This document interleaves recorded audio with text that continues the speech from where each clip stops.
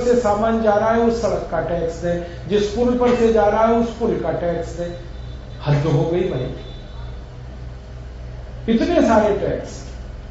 और सरकार बार बार ये कहती है कि आपका टैक्स का पैसा गरीबों के विकास में, देश के विकास में लग रहा है। तो अब हम सरकार से पूछ रहे हैं कि हमारा पैसा अगर देश के विकास में और गरीबों के विकास में लग रहा है तो 64 साल में ये 340 लाख करोड़ विदेशी बैंकों में कैसे चला गया? ये प्रश्न है जो हम सरकार से पूछना चाहते हैं। और सरकार जवाब दे इसको। जिन्होंने 64 साल इस देश पर राज किया, उनसे हमारा सीधा प्रश्न है कि आप जब हमको ये समझाते हो कि आपके टैक्स का पैसा गरीबों के काम में लग रहा है, तो ये 340 लाख करोड़ विदेशी बैंकों में कैसे पहुंच गया? अकेले स्विस बैंकों में 280 लाख करोड़ कैसे पहुंच गया?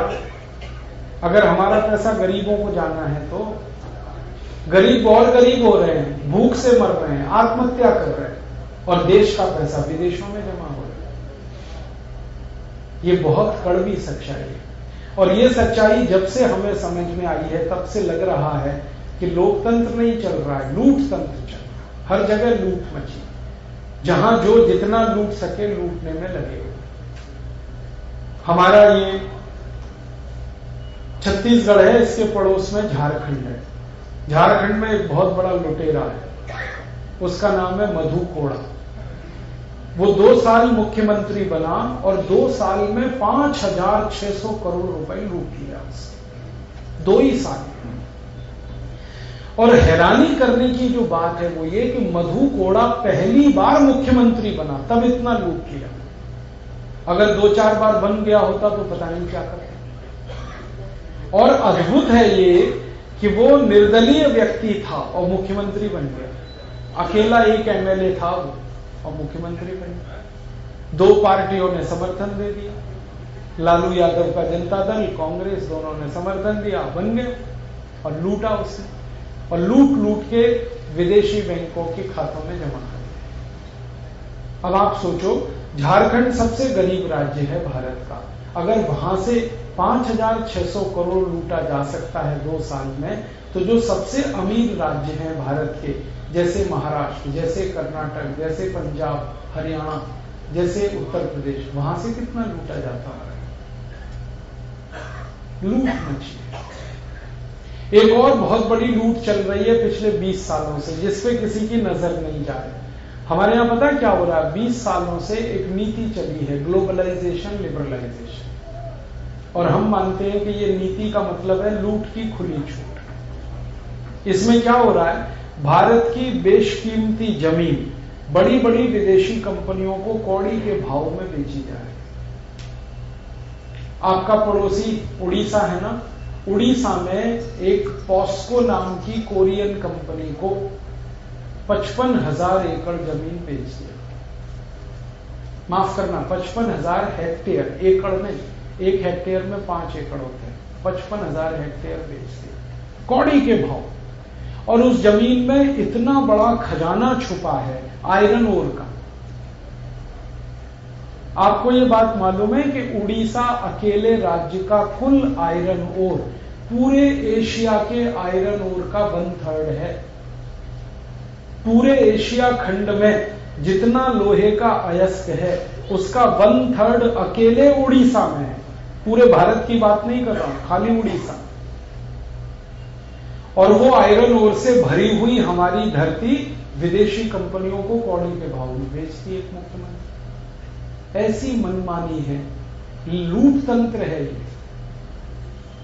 ऐसी एक और बड़ी कंपनी है स्टरलाइट, उनको बेच दिया, 70-75 हजार एकड़ जमीन उनको दे दी। ये जमीनें ऐसे बेच रहे हैं जैसे इनके माता पिता छोड़ के चले गए। और किसान बेचारे जो अपनी जमीन बचा रहे हैं उनको लाठियां मारी जा रही हैं, उनके ऊपर गोलियां चलाई जा रही हैं, वो मर रहे हैं। लाठीचार्ज हो रहा है, गोलीबार हो रहा है किसानों पर। और ये जो जमीन बेचने का खेल शुरू हुआ है, ये उड़ीसा में है, ये छत्तीसगढ़ में है, ये आंध्र प्रदेश में है, ये तमिलनाडु में, ये कर्नाटक में, भारत के 17 राज्यों में ये 20 साल से चल रहा है। पता नहीं कितनी जमीनें बेच दी। और उनका कोई हिसाब किताब नहीं। अब अदालतों में मुकदमे आ रहे हैं तो अदालतें कड़क टिप्पणियों का जो अपनी जमीनें बचाने के लिए लड़ रहे हैं, और अगर वो नहीं लड़े तो पता नहीं ये क्या करें। और दुर्भाग्य से इसको कह रहे हैं देश का विकास। मेरे समझ में नहीं आता, उड़ीसा में कच्चा लोहा निकलता है, उससे हम स्टील बनाएं उड़ीसा में और उसको दुनिया भर में बेचें, ये अच्छा है या अपने कच्चे लोहे को ही बेचें पूरी दुनिया में? और को कोई नहीं बेचता, सभी उससे फिनिश प्रोडक्ट बना के बेचते हैं। हमारे नेताओं को इतनी भी समझ नहीं कि कच्चा लोहा ना बेचा जाए, इसका स्टील बनाओ ताकि यहां के लोगों को काम मिले, रोजगार मिले, उस स्टील को बेचो तो थोड़ा मुनाफा भी मिले। और तो हमारा 25 पैसे किलो में बिकता, आपको मालूम है ये जितना आयरन ओर हम देते हैं 1 किलो का 25 पैसा मिलता है। और फिर हमारी ही सरकारें क्या करती हैं, आयरन ओर चीन को बेच दिया, जापान को दे दिया, अमेरिका को दे दिया, फिर उनसे कहते हैं स्टील बना के हमें बेचो। तो भारत में स्टील आता है चीन से 50 रुपए किलो, हमारा कच्चा लोहा बेच दिया 25 पैसे किलो, और उसी से चीन ने स्टील बनाकर हमको बेचा 50 रुपए किलो। ये अभी हुए ना कॉमनवेल्थ खेल, इसमें बड़ा घोटाला हुआ। हमने आयरन ओर बेचा, चीन ने हमको स्टील बना के बेचा 50 रुपए किलो, और वो स्टील भारत में बनता है 12 रुपए किलो, जो हमने चीन से खरीदा 50 रुपए किलो, जापान से खरीदा 50 रुपए किलो। हम उसको खुद बनाएं। हमारे यहां बहुत सारी स्टील बनाने वाली कंपनियां, स्टील अथॉरिटी इंडिया लिमिटेड है, वो तो बहुत बड़ा पब्लिक सेक्टर है। प्राइवेट सेक्टर में जिंदल है और टाटा है, ये सब वो स्टील 12 रुपए किलो के आसपास बना देते हैं। उसको सरकार 25 पैसे किलो में कच्चा लोहा बेच के 50 रुपए किलो में खरीदती है। तो जब कच्चा लोहा सस्ता बेचते हैं इसमें घोटाला करते हैं, और फिर वहां से स्टील लाते हैं उसमें घोटाला रोज होता है। ये काम करोड़ों मीट्रिक टन हमारा स्टील ऐसे ही बिक गया पिछले 20 साल। ये घोटाले तो इतने बड़े हैं कि जिस दिन ये खुलेंगे आप विश्वास नहीं कर पाएंगे कि अपने नेता इतने गद्दार और बेईमान हो सकते। अब हमारे सामने 2 रास्ते हैं। एक तो ये है कि देश लुट रहा है, इसको लुटने दो, जैसे हो रहा है होने दो। हमारे यहां बहुत सारे लोग हैं जो एक फिलॉसफी बघारते रहते हैं, जो हो रहा है अच्छा हो रहा है, आगे होगा और भी अच्छा होगा, तू क्यों व्यर्थ चिंता करता है, तू क्या लाया था क्या ले जाएगा। हाँ, हमको सिखाते रहते, जो हो रहा है अच्छा हो रहा है, भारत में लूट हो रही है तो अच्छी हो रही है, आगे लूट होगी और अच्छी होगी, तू क्यों परेशान है भाई। हमको ये सिखाया जा रहा है और इस फिलॉसफी के कैलेंडर छाप छाप के हमारे घरों में टांगे जा रहे हैं। कई पढ़े लिखे लोगों के घरों में मैंने देखा कैलेंडर टंगा हुआ है, जो हो रहा है अच्छा हो रहा है, आगे होगा और भी अच्छा होगा, और उस पर लिख दिया है गीता सार। हाँ, क्या बात, भगवान कृष्ण ने कह दिया गीता में जो हो रहा है अच्छा हो रहा है, आगे होगा और अच्छा होगा। अब हम कृष्ण से बड़े थोड़ी हो गए, तो मान लिया हमने जो हो रहा है अच्छा हो रहा है। लूट रही है, लूट हो रही है अच्छी हो रही, और लूट होगी और अच्छा होगा। और ये पाखंडी लोग जो ये सब फैला रहे हैं ना पूरे देश में, ये लोग क्या चाहते हैं कि सब लोग चुप बैठे, खामोश बैठे, कोई विरोध ना करे, इसलिए बता रहे जो हो रहा है अच्छा हो। और श्री कृष्ण के नाम से कह रहे हैं कि देखो ये श्री कृष्ण ने कहा था भगवत गीता। मैंने एक दिन एक ऐसे ही पाखंडी व्यक्ति से बहस की, अब नाम तो नहीं ले सकता क्योंकि ये लेक्चर आस्था चैनल पे जाने वाला है। मैंने एक ऐसे ही पाखंडी व्यक्ति से बहस की, अच्छा दिखाओ गीता में ये कहां लिखा है जो हो रहा है अच्छा हो रहा है, श्री कृष्ण ने कहां कहा है इसको। तो ढूंढा तो एक जगह ये कहा, कब कहा वो बात ध्यान से समझे तो समझ में आएगी ये बात। श्री कृष्ण ने अर्जुन को गीता का उपदेश क्यों दिया? क्योंकि अर्जुन युद्ध लड़ने को तैयार नहीं था। वो ये कहता था कि मैं कौरवों को नहीं मारूंगा क्योंकि ये मेरे भाई है, मेरे बांधव है, मैं इनसे नहीं लड़ूंगा। तो श्री कृष्ण ने समझाया कि भाई ये तेरे बांधव हैं, भाई है, लेकिन अधर्मी है, इनको मारना तेरा धर्म है, युद्ध कर। तू नहीं मान रहा है, युद्ध करने को तैयार नहीं। तब श्री कृष्ण ने पूरी गीता सुनाई, और गीता सुनने के बाद अर्जुन को जोश पैदा हुआ, उत्साह पैदा हुआ, और उसने कहा अब मैं लड़ूंगा। तो श्री कृष्ण ने कहा तेरा सारथी मैं बनूंगा, तू लड़ और मैं चलाऊंगा रथ, और जैसे कहता हूं वैसे लड़। तो अर्जुन ने लड़ाई शुरू की और अर्जुन के तीरों से कौरव मरना शुरू हुए। और जब बड़ी संख्या में कौरवों का नाश होना शुरू हुआ, तब श्री कृष्ण ने कहा, अर्जुन जो हो रहा है अच्छा हो रहा है।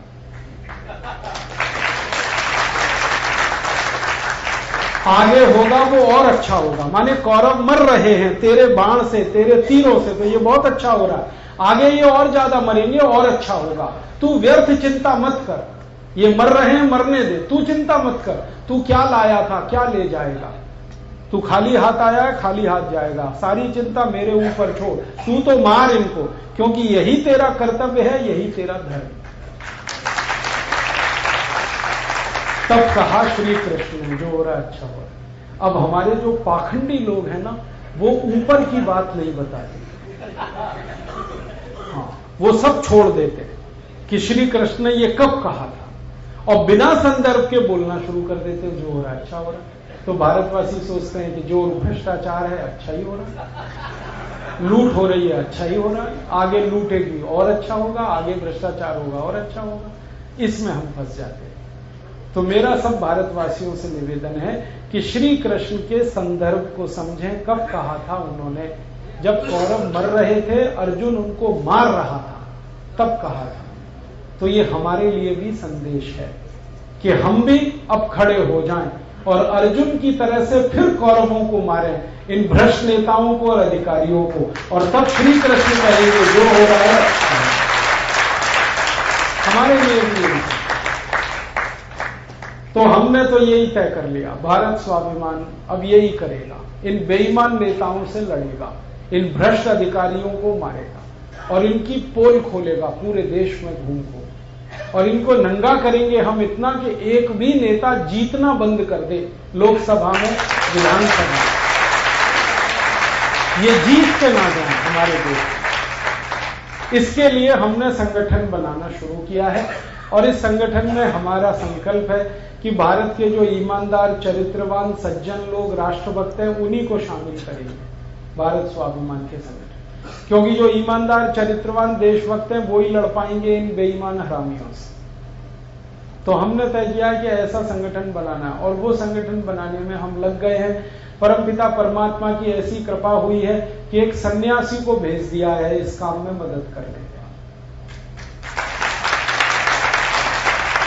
और भारत में जब जब सन्यासियों ने कोई काम शुरू किया है, वो सब पूरा हुआ है, अधूरा कुछ नहीं हुआ। तो परम पूजनीय स्वामी रामदेव जी, जो स्वयं एक सन्यासी हैं, उन्होंने ये संगठन बना दिया। अब हम इसमें आगे बढ़ रहे हैं, करोड़ों भारतवासियों को जोड़ रहे हैं इस संगठन में। 4 साल में हमें पूरी ताकत खड़ी करनी है, 18 से 20 करोड़ भारतवासियों को जोड़ लेना है, और तब इन बेईमानों से लड़ाई शुरू करें। आप बोलेंगे क्या ये होगा? हाँ होगा। आप रोज आस्था देखा करो, सवेरे 5 से 7:30 परम पूजनीय स्वामी जी के व्याख्यानों में कैसे लोग उमड़ रहे हैं, हजारों की संख्या। और ये वो लोग हैं जो सुबह सुबह 3 बजे अपना घर छोड़ देते हैं, तब 5 बजे वहां पहुंचते। वो लोग हैं ये किराए के भाड़े के टट्टू नहीं है। हमारे बड़े बड़े नेताओं को पब्लिक मीटिंग करने के लिए 200-200 रुपए के किराए पे लोग बुलाने पड़ते, और उस मीटिंग में 20 मिनट में लोग चल देते हैं उठ के, भले प्रधानमंत्री का भाषण चल रहा हो। लेकिन स्वामी जी के सामने जो लोग बैठते हैं सुबह 5 बजे, वो 3 बजे घर छोड़ देते हैं अपना। साइकिलों से आते हैं, बैलगाड़ियों से आते हैं, पैदल पैदल आते हैं। क्यों आ रहे हैं? क्योंकि उनके दिल में ये बात अभी बैठ गई है कि ये ही एक सन्यासी है जो कुछ करने वाला है इससे।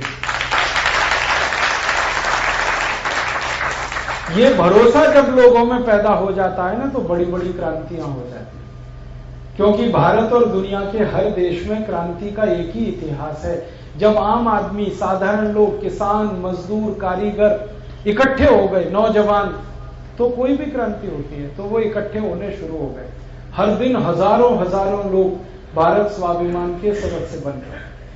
तो ये 4 साल में तो 18-20 करोड़ तो आराम से हो जाएंगे। हमें तो लग रहा है 25-30 करोड़ हो जाएंगे, और इनकी ताकत से फिर हम लड़ेंगे। और लड़ाई का हमारा पहला कदम है कि इन भ्रष्ट नेताओं ने और अधिकारियों ने जो पैसे लूटकर विदेशों में रखे हैं, सबसे पहले ये वापस लाने हैं, क्योंकि ये पैसे हमारे हैं, आपके हैं, और इसी पैसे से गरीबी और बेरोजगारी को खत्म करना है, इसी पैसे से देश का विकास करना। आपके मन में एक सवाल आएगा, क्या ये पैसे वापस आएंगे? हाँ, आएंगे। कैसे आएंगे? इसके 3 रास्ते। पहला रास्ता है कि ये 340 लाख करोड़ जो विदेशों में चला गया, अगर हम भारत के सुप्रीम कोर्ट में ये बात कहें कि ये 340 लाख करोड़ भारत की राष्ट्रीय संपत्ति है, सुप्रीम कोर्ट इसकी जांच करे और सुप्रीम कोर्ट इसकी घोषणा कर दे कि ये सच में देश की संपत्ति है, तो ये सारा पैसा वापस आ जाए। माने सुप्रीम कोर्ट चाहे तो इस पूरे पैसे को वापस मंगा सकता है, और ऐसा सुप्रीम कोर्ट ने किया है भूतकाल में, पहले ऐसा हो चुका है। आपको मैं याद दिलाता हूं, एक बहुत बड़ा घोटाला हुआ था नरसिम्हा राव जब इस देश के प्रधानमंत्री थे, उसका नाम था यूरिया घोटाला। उसमें बहुत सारे करोड़ों डॉलर भारत से दे दिए गए यूरिया खरीदने के लिए, लेकिन यूरिया नहीं आया, पैसे चले गए और वो जाके स्विस बैंक में जमा हो गए। तब सुप्रीम कोर्ट ने इस मामले को उठाया और उन्होंने पूरी जांच कराई, और सुप्रीम कोर्ट ने जांच वहां तक कराई कि ये पैसे गए कहां, पता करो। तो सुप्रीम कोर्ट के आदेश पर टीम गई, तो स्विस बैंक में खाता मिला, पकड़ा गया, उसमें वो सारे पैसे आए। सुप्रीम कोर्ट ने तुरंत उस खाते को सीज कराया, जब्त कराया, वो सारे पैसे भारत में वापस मंगाए, और जिसके खाते में वो पैसे थे उसको जेल भेज दिया। तो हमारा ये कहना है कि सुप्रीम कोर्ट ने अगर यूरिया घोटाले के पैसे को वापस मंगा लिया, तो चारा घोटाले के पैसे को भी मंगा लेगा, बोफोर्स घोटाले के पैसे भी आ जाएंगे, एनरॉन घोटाले के भी आएंगे, कॉमनवेल्थ घोटाले के भी आएंगे, ए राजा घोटाले के भी आएंगे, क्योंकि घोटाले सब एक। तो इसी क्रम में हमने भारत के सुप्रीम कोर्ट में एक केस दाखिल कराया है, और खुशी की बात यह है कि वो केस सुप्रीम कोर्ट ने स्वीकार कर लिया है। परम पूजनीय स्वामी जी के आशीर्वाद से उस केस को दाखिल किया है भारत के एक मशहूर वकील श्री राम जेठमलानी ने। अब बहस हो रही है। अच्छी बात यह हुई है कि सुप्रीम कोर्ट ने नोटिस दिया है सरकार को और कहा है कि जल्दी से बताओ कि किसके कितने पैसे कहां हैं। अब सरकार के हाथ में छूट है, क्योंकि जिनके पैसे हैं वही सरकार चला रहे। समस्या तो ये है ना। लेकिन अब सुप्रीम कोर्ट इसमें बहुत कड़क हो गया इस मामले में। वैसे तो सुप्रीम कोर्ट कई मामलों में कड़क है। अभी थोड़े दिन पहले ये जो ए राजा घोटाला हुआ ना, ये तो सुप्रीम कोर्ट की मदद से ही खुला, नहीं तो दबा दिया था इन्होंने। और सुप्रीम कोर्ट ने पहली बार भारत के किसी प्रधानमंत्री पर टिप्पणी की कि इतने दिन से प्रधानमंत्री खामोश क्यों है, मौन क्यों है, बोलते क्यों नहीं, जवाब क्यों नहीं देते इसका। तो सुप्रीम कोर्ट बहुत कठोर है इस मामले में। शायद कोई बड़ी क्रांति होने की संभावनाएं पैदा हो रही है, क्योंकि एक बार ऐसा हो चुका है। इलाहाबाद हाई कोर्ट एक बार बहुत कठोर हो गया था श्रीमती इंदिरा गांधी के मामले में। श्रीमती इंदिरा गांधी देश की प्रधानमंत्री थे, आप जानते। उस समय इलाहाबाद हाई कोर्ट में एक बहुत ईमानदार जज, जस्टिस जगमोहन लाल सिन्हा, बहुत ईमानदार जज। ऐसे बहुत ईमानदार जज आज भी हैं, लेकिन उस समय भी थे। उन्होंने श्रीमती इंदिरा गांधी के एक चुनाव में जो कुछ उन्होंने किया, भ्रष्टाचार घोटाला, वो खोल दिया पूरे देश। हाई कोर्ट ने पता चला इंदिरा गांधी को जवाब देना मुश्किल हो गया देश के सामने, और हाई कोर्ट ने खोल दिया कि इतना बड़ा घोटाला हुआ है। जो चुनाव श्रीमती गांधी ने जीता, माने वो घोटाला करके, बेईमानी करके जीता है। और कोर्ट की टिप्पणी इतनी कठोर थी कि श्रीमती गांधी को इस्तीफा देना पड़ा प्रधानमंत्री पद से। तो मुझे याद आ रहा है कि एक बार हाई कोर्ट ने भारत के प्रधानमंत्री को पद से उतारा। शायद अभी आने वाले समय में ये सुप्रीम कोर्ट ना करे इस काम को, ऐसा लगा। क्योंकि ए राजा घोटाले में अभी सुप्रीम कोर्ट की सुनवाई चल रही है, फैसला पूरा नहीं आया। पता नहीं क्या कड़क टिप्पणी करने वाला है सुप्रीम कोर्ट, और इतनी कठोर टिप्पणी हो कि प्रधानमंत्री को मुंह छुपाने को जगह ना मिले, तो ऐसा हो सकता है। तो कोर्ट कई बार ये कठोरता दिखाता है, अच्छी बात है, होना चाहिए। तो हमारे मामले में भी कोर्ट ने कठोरता दिखाई, और नोटिस दे दिया कि पता करो किसका कितना पैसा कहाँ है। तो सरकार की कई टीमें भागी हुई है इस समय विदेश। हमारे एनफोर्समेंट डायरेक्टरेट के अधिकारी बहुत सारे गए हैं विदेश, ढूंढ रहे हैं कहाँ किसका कितना पैसा। अभी कोर्ट ने उनसे पूछा था कि अब तक कितना ढूंढा, तो अधिकारियों ने कहा 34 देशों में पैसे का पता चल गया, 36 में और पता चल गया, माने कार्यवाही चल रही है। तो कब तक? तो सुप्रीम कोर्ट को कहा है सरकार ने 1 साल लग जाएगा। तो ठीक है भाई, 1 साल में बताएंगे ये कोर्ट में, और 1 साल बाद कोर्ट ये कहे कि ये सारा पैसा राष्ट्र की संपत्ति है, तो नेता चिल्लाएंगे। तो जो चिल्लाएंगे उनसे सुप्रीम कोर्ट ये पूछेगा कि अच्छा तुम सिद्ध करो ये तुम्हारी संपत्ति कैसे। हाँ, तुम्हारे पिताजी इतना पैसा छोड़ गए थे क्या, तुम्हारी माताजी छोड़ गई थी क्या, तुम्हारे दादा दादी ने ये पैसा तुम्हें छोड़ दिया था क्या। क्योंकि एक एक नेता की जो संपत्ति है ना, हमने कुछ आंकड़े इकट्ठे किए हैं, 72,000 करोड़ की संपत्ति है एक ऐसे नेता की जो 25 साल पहले घर में साइकिल भी नहीं खरीद सकता था, उसकी संपत्ति 72,000 करोड़। एक नेता है 25 साल पहले जो सब्जी बेचता था मुंबई रेलवे स्टेशन पर, उसकी संपत्ति 55,000 करोड़ की। एक नेता है जो 25 साल पहले सिनेमा का टिकट ब्लैक करते हुए कई बार पकड़ा गया, आज उसकी संपत्ति 45,000 करोड़ की। इनसे कोर्ट पूछ सकता है कि भाई बता दो कहां से आए। हम भी कहेंगे कि अगर ये कह रहे हैं हमारी संपत्ति तो बताएं भाई कहां से आए। सब्जी बेचने में 55,000 करोड़ कैसे मिलता है, जरा बता दो। सिनेमा का टिकट ब्लैक करने में 43-45,000 करोड़ कैसे हो जाता, हमें भी बता दो भाई। तो ये बेईमान नेता पता है क्या कह सकते हैं। एक बार ऐसा हुआ था हमारे देश में, एक बेईमान नेता है हिमाचल प्रदेश में, सुखराम ना, उसके गद्दे के नीचे से नोटों की गड्डियां निकली, 1000-1000 के नोटों की गड्डियां, और इतनी निकली कि लोग गिनने वाले हैरान परेशान। तो सुखराम को पूछा गया ये कहां से आई, तो सुखराम ने कहा ये ईश्वर ने दिया है।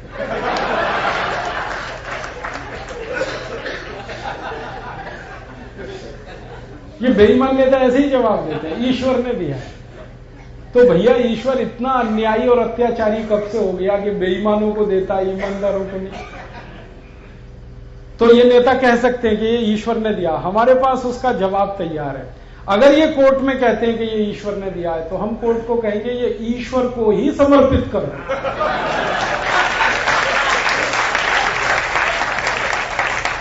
ईश्वर ने दिया, ईश्वर को समर्पित किया, और हमारा ईश्वर है हमारा देश, भारत माता, यही ईश्वर है। क्योंकि हम मानते हैं देश से बड़ा भगवान नहीं, क्योंकि सारे भगवान इसी देश के लिए पैदा हुए। वो श्री राम हुए, श्री कृष्ण हुए, भगवान, हर भगवान इस देश के लिए आए। तो ये देश तो ईश्वर का ही है, तो ईश्वर को दे दो भाई, देश को दे दो। तुमने लूटा, दे दो वापस, या ईश्वर ने तुमको दे दिया, वापस दे दो। और ये नहीं करेंगे वापस तो कोर्ट है, कोर्ट के पास इतने कठोर कानूनों के रास्ते हैं कि ये सब नेता सरेंडर कर देंगे। या तो ये जेल में सड़ेंगे सबके सब, या तो ये सब पैसे वापस आएंगे। तो अच्छा है, कुछ होगा सुप्रीम कोर्ट की मदद से, ऐसा लग रहा है। और 1 साल तक हम इंतजार करेंगे और कोर्ट ऐसा करे, ये हमारी ईश्वर से प्रार्थना है। आप सब इसकी प्रार्थना में हमारे साथ शामिल रहें। 1 साल के अंत में ये फैसला आ जाए, देश जीते और ये नेता हारे और 340 लाख करोड़ वापस आए। अगर किसी रास्ते से ये मामला रुक गया, क्योंकि नेता एक काम कर सकते हैं कि सुप्रीम कोर्ट के जो जजेस हैं ना, उनके ट्रांसफर करा दें। जो ईमानदार जजेस के सामने ये केस है, उनके यहां से ये केस छीन छान के बेईमानी से किसी तरह से दूसरी बेंच में चला जाए, ये वो कर सकते हैं। ये बेईमानी करने की उनके हाथ में ताकत है। तो हमारे मामले में भी ऐसा हो सकता है, हम ये पहले से मान के चल रहे हैं कि ऐसा हो सकता है। तब ये मामला पेंडिंग हो जाएगा, फिर हम क्या करेंगे? तब हमारी दूसरी तैयारी है कि हम संसद में एक विधेयक पेश करवाएंगे फिर, और उसके लिए कई सांसदों से हमने बात कर रखी है और कई सांसद उसके लिए तैयार हैं जिनके पैसे नहीं है विदेश में। ऐसे भी कुछ सांसद हैं ना जिनके पैसे नहीं है, बेचारे भोले भाले सीधे साधे। तो वो तैयार है, वो कह रहे हैं हम विधेयक लाएंगे। अच्छा है, वो लाएं, और वो विधेयक संसद में आए और संसद में फिर बहस हो। बहस वाले दिन हम ये देखेंगे कि विरोध कौन कौन कर रहा है। जो विरोध करेगा, पक्की बात है, बेईमान वही है, हरामी वही है, कमीना वही है, पैसे उसी के। सारे देश को पता चलेगा और एक दिन में पूरे देश को पता चलेगा कि कौन कौन भ्रष्ट और बेईमान संसद में है। अब संसद में ये हो सकता है कि बेईमान सांसद ज्यादा हो गए तो ये बिल को गिरा देंगे, और अगर ईमानदार ज्यादा हुए तो बिल पास होगा। कई लोग मुझे ये कहते हैं कि डर के मारे शायद कई सांसद विरोध ना करें क्योंकि पोल खुलेगी। तो बहुत अच्छा है, विरोध ना करें तो बिल पास होगा, पैसे आएंगे, कानून बनेगा, अपने को क्या। अगर वो विरोध करेंगे और बिल गिरा दिया, तब हमने तीसरा संकल्प लिया है। और हमारा संकल्प है कि 2014 में जब लोकसभा का चुनाव आएगा तो भारत के 400 संसदीय क्षेत्रों से 400 ईमानदार सांसदों को हम जिताकर लाएंगे और फिर ये बिल पास।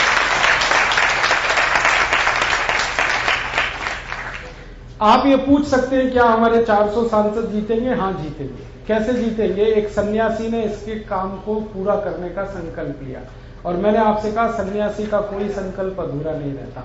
और खुशी की बात यह है कि एक सन्यासी परम पूजनीय स्वामी रामदेव जी ने तो ये संकल्प लिया ही है, 70 और भी बड़े बड़े संतों ने इसी संकल्प में अपना मंतव्य व्यक्त कर दिया। 70 बड़े संत हैं, नाम सुनाता हूं। परम पूजनीय स्वामी सत्यमित्रानंद गिरी, उन्होंने कहा है कि मैं करूंगा ये काम 2014 में, अगर जरूरत पड़ेगी तो भारत के चुनाव क्षेत्रों में घूम घूम कर वो कह रहे हैं कि मैं ईमानदार सांसदों को जिता के लाऊं। परम पूजनीय स्वामी अवधेशानंद गिरी, परम पूजनीय स्वामी गोविंद देव गिरी, परम पूजनीय स्वामी जयेंद्र सरस्वती, शंकराचार्य कांचीपुरम, परम पूजनीय मुरारी बापू, परम पूजनीय सुधांशु महाराज, परम पूजनीय रमेश भाई ओझा, ऐसे 70 संतों ने तय कर लिया। और उनका कहना है कि पानी अब सिर से गुजर गया, अब खामोश नहीं बैठ सकते। जब देश जल रहा है भ्रष्टाचार की आग में, तो संत और सन्यासी मौन कैसे बैठ सकते? तो ये उतर पड़ेंगे और भारत में घूम जाएंगे। तो इन सारे संतों के कुल भक्त इतने हैं पूरे देश में कि वो मिलके अगर वोट डाल दें तो 514 सांसद जीत जाएंगे। इसलिए ये काम तो हो जाएगा, सांसद से जीतेंगे, कानून तो बनवा लेंगे हम, और पैसे तो आ जाएंगे 340 लाख करोड़। फिर इसको गांव-गांव खर्च करना है विकास के काम में। तो हमने इसकी योजना बनाई है कि भारत में 6,38,365 गांव हैं, हर गांव में 100-100 उद्योग लगाएंगे। जैसे भारत के गांव में जहां कपास पैदा होती है वहां खादी बनाने का उद्योग लगाएंगे। जिन गांवों में भारत में गाय है तो गाय का मूत्र है, मूत्र से दवा बनाने का उद्योग गांव-गांव लगाएंगे। गाय बैल भैंस हैं जिन गांवों में करीब 48 करोड़ हमारे यहाँ पशु हैं, इनका गोबर इकट्ठा करेंगे, उसमें से गैस निकलती है, वो गैस को हम घर में इस्तेमाल कर सकते हैं ईंधन के रूप में, वो गैस से बिजली बना सकते हैं, वो गैस से गाड़ियां चला सकते हैं।